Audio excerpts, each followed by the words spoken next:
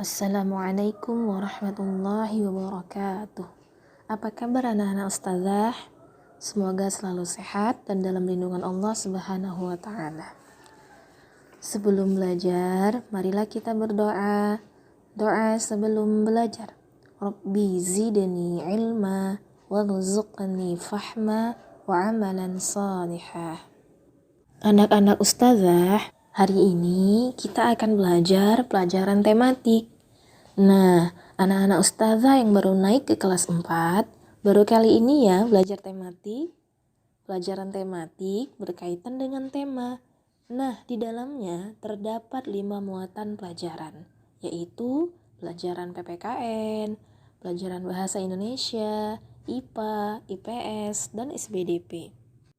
Pelajaran tematik hari ini adalah tema 1, indahnya kebersamaan. Subtema 1, keberagaman budaya bangsaku. Anak-anak ustazah, negara Indonesia kaya akan keberagaman, baik itu budaya, agama, etnis, dan lain-lain. Keberagaman setiap daerah memiliki keunikan yang berbeda-beda, sehingga memudahkan kita untuk mengenal kebudayaan daerah yang ada di Indonesia. Seperti firman Allah dalam Al-Quran surah Al-Hujurat ayat 13 yang artinya, "Wahai manusia, sesungguhnya kami menciptakan kamu dari seorang laki-laki dan seorang perempuan dan menjadikan kamu berbangsa-bangsa dan bersuku-suku agar kamu saling mengenal. Sungguh yang paling mulia di antara kamu di sisi Allah ialah orang yang paling bertakwa. Sungguh Allah Maha mengetahui, Maha teliti." Nah, sekarang kita akan mengenal beberapa budaya yang ada di Indonesia, dimulai dari Pulau Sumatera, tepatnya di Sumatera Barat. Bisa dilihat buku tematiknya halaman 20. Suku bangsa yang tinggal di Sumatera Barat adalah suku Minang. Biasanya disebut Urang Awak. Suku Minang memiliki rumah adat yang sangat khas, disebut rumah gadang. Atap rumahnya melengkung seperti tanduk kerbau. Suku Minang memiliki alat musik tradisional, yaitu saluang. Dan tarian tradisional suku Minang adalah tari piring, dengan menggunakan properti piring yang diletakkan di tangan saat menari. Selanjutnya, kita mengenal budaya di Pulau Jawa, tepatnya di Jawa Barat. Lihat buku tematiknya halaman 25. Suku bangsa di Jawa Barat adalah suku Sunda. Suku Sunda memiliki tarian tradisional yang sangat populer di Jawa Barat, yaitu tarian Jaipong. Tarian Jaipong merupakan penggabungan beberapa seni tradisional, seperti pencak silat, wayang golek, dan lain-lain. Vokal yang mengiringi tarian Jaipong disebut sinden. Ada 4 gerakan di dalam tarian Jaipong, yaitu yang pertama gerakan bukaan. Gerakan bukaan adalah gerakan berputar memainkan selendang yang dikenakan di leher. Gerakan yang kedua adalah gerakan pencungan, yaitu berbagai ragam gerakan cepat sesuai tempo. Gerakan yang ketiga ialah gerakan ngalah. Gerakan ngalah adalah gerakan patah-patah. Yang keempat adalah gerakan mincit. Gerakan mincit merupakan gerakan perpindahan dari gerakan yang satu ke gerakan yang lain. Selanjutnya, kita mengenal budaya Pulau Sulawesi, tepatnya di Sulawesi Selatan.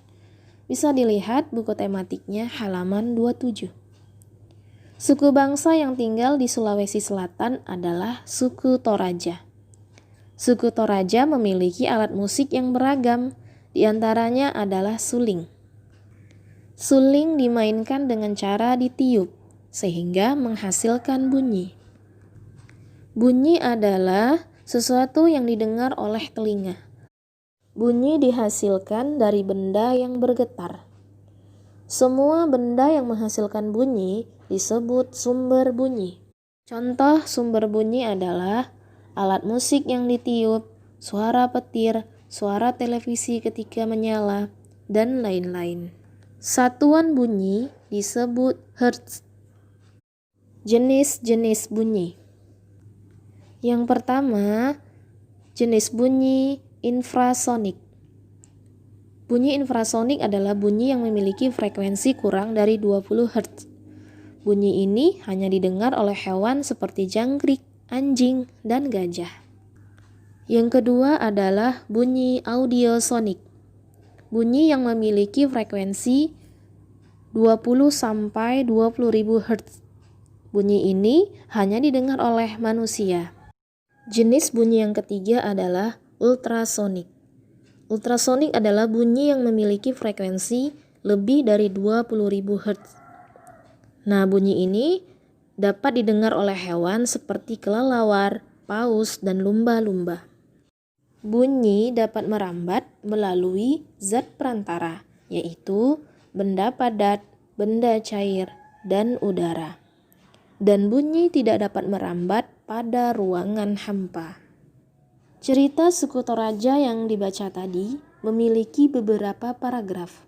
Setiap paragraf memiliki gagasan pokok dan gagasan pendukung. Gagasan pokok biasanya terletak di atas, di tengah, atau di akhir paragraf. Gagasan pokok disebut juga gagasan utama. Gagasan pendukung disebut juga gagasan penjelas, yang gunanya untuk menjelaskan gagasan pokok. Contoh gagasan pokok pada paragraf pertama, suku Toraja. Gagasan pokoknya adalah suku Toraja adalah suku yang menetap di pegunungan bagian utara Sulawesi Selatan. Nah, untuk kalimat berikutnya adalah gagasan pendukung. Keragaman budaya negara Indonesia yang berbeda-beda dan unik ini merupakan pemberian dari Allah Subhanahu wa Ta'ala yang wajib kita syukuri dengan menjaga persatuan dan kesatuan antar daerah, yaitu dengan saling menghargai, saling bekerja sama, dan tidak membeda-bedakan teman, agar negara kita menjadi negara yang rukun dan damai. Demikianlah pelajaran tematik hari ini. Subhanakallahumma wa bihamdika asyhadu an la ilaha illa anta astaghfiruka wa atubu ilaik. Assalamualaikum warahmatullahi wabarakatuh.